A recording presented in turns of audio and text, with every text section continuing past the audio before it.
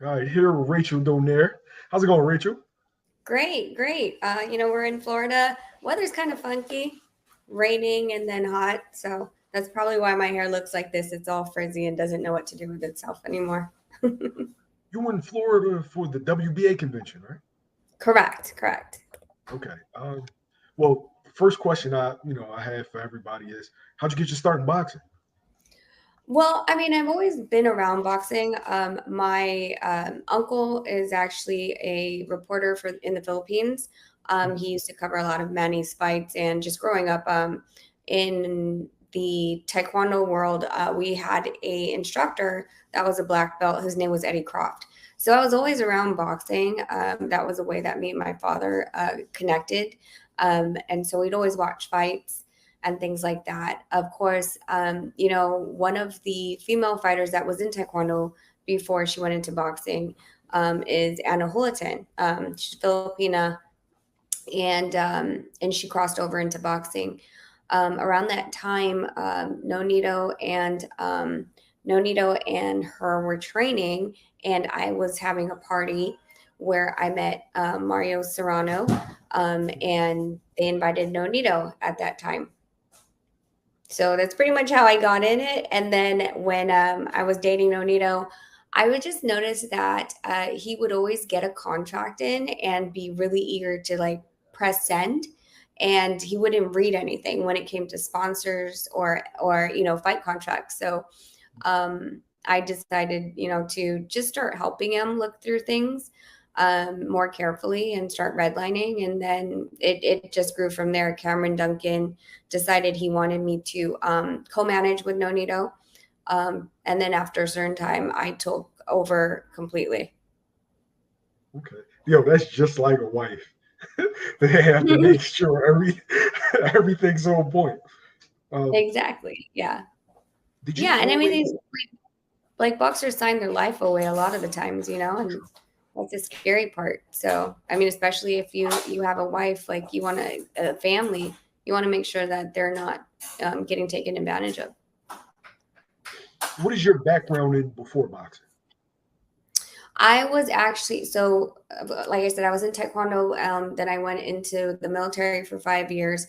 I graduated with business administration in the Air Force as well. I was working underneath colonels, generals, lieutenants, in admin work. So for me, like paperwork was something I have always done. I loved business. I owned several businesses on my own. Yeah, so I've always just liked business, and for some weird reason, paperwork, like my attention to detail in, going through line by line. I really wanted to be a lawyer, but of course that didn't end up happening in the Air Force, because I would have had to go JAG, but I Hmm. didn't stay in long enough for me to pursue that career path. Now, how how was the transition from the military being, everything straight up and down, rules and regulations, to boxing being like this organized chaos? It was an adjustment because I always, I'm really about, like I said, detail.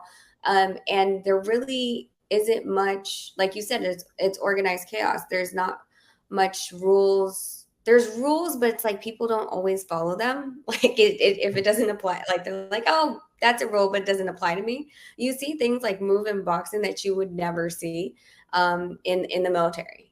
So it was really hard for me to adjust to kind of that mindset that anything can happen and anything will happen, and being prepared for all these types of different situations and outcomes were something that made me be that more adjustable in the boxing world. Okay. If there's a young fighter watching this about the term professional, how important it is to have a manager? Well, how important is it to have a manager? It is. I believe it's extremely important to have a manager, especially if you don't have the business background. Now, if you're going to school for management, sports management, then yes, why not try to represent yourself? And you're going to learn throughout the process. But if that's not really what you want to do, for example, Nonito doesn't want to deal with his contracts. He doesn't want to sit in negotiations. He doesn't want to, answer emails as far as like for fights and things like that. He just strictly wants to focus on boxing. In that case, you need someone that really is going to look over every single fine detail, and not just someone that looks good on paper, someone that you really trust. Because you also have to remember, like, these managers can, they can take all the way up to 33 1/3%. Their situation is their paycheck is normally tied into yours. And you want to make sure that, that they're not just getting their paycheck, but in addition to protecting you for future fights. Now, you're a woman in a good old boy, I guess, sport or genre, whatever you want to call it. Yeah. How hard was it for you to navigate and to get your respect? It was extremely difficult. I mean, I've been doing this since, with Nonio since 2008, and then fully stepped out of Cameron's shadow in 2016. In those times, there really wasn't a voice. There also wasn't like a real good community of females that, try to help each other. Everyone was out there on their own. I would get talked to in numerous ways where if a man said what I said, it wouldn't have made a difference. But because I said it, I was, a B. I was called every name in the book. And I just had to let it roll off, because for me in business, if you're coming out with, misogynistic comments or anything like that, and it has nothing to do with the contract, that means I'm really getting to you. So I prided myself in being able to go through these negotiations, just say, dude, it's nothing personal. It's just business. I don't know why you're making this such a personal thing. But now it's totally different. Now it's so much more exciting, with the female fights coming up, and having the hugest stages possible, a lot of viewership, more women commentators, more managers, there's promoters as well. And I've talked to numerous women that I said, I was like, we need to, come together. Like, we're not competing against each other. It's to make sure that we have our own support group when it comes to, us trying to make our way, because there still is, a lot of stigma that women shouldn't be in boxing. Women should be staying in the kitchen. It's like you said, it's the old boys club, and they don't want to let go of that reign. But they're going to have to move with the times. And I think we've proven, especially with, like, the Amanda Serrano, Kate Taylor fight, with the Clarissa Shields Marshall fight, Michaela and Alicia. They're powerful enough to make a difference in the sport. Yeah, I've been to a lot of fights. Katie Taylor versus Amanda Serrano. It was the best atmosphere that I've Mm-hmm. ever experienced at any fight. I've been to Pacquiao, Cotto, Joshua versus Ruiz. That, man, look, that fight was exciting. Yeah, exactly. I mean, everything during that fight week was just the way that they put that production together, the amount of media that covered it. They really weren't they weren't holding anything back, and they were really trying to push that this is a big event, and they showed up for it. The atmosphere in that crowd, I think both women that night were excited, of course, to get in the ring, but I also believe that they had goosebumps knowing that they're here, they accomplished it, they did what everyone before them thought couldn't be done. Do you see yourself continuing to manage fighters after Nonito retires?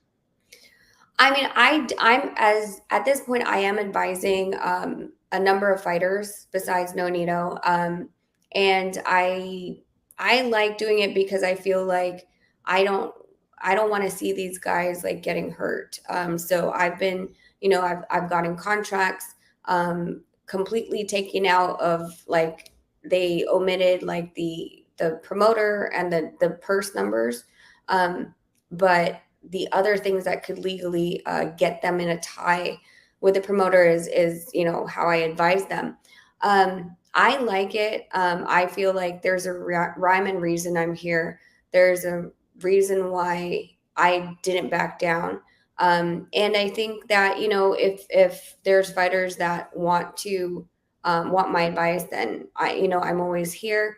I mean, in addition to when Nonito's in training, like I have like about 18, I think is the biggest number I've had in my class.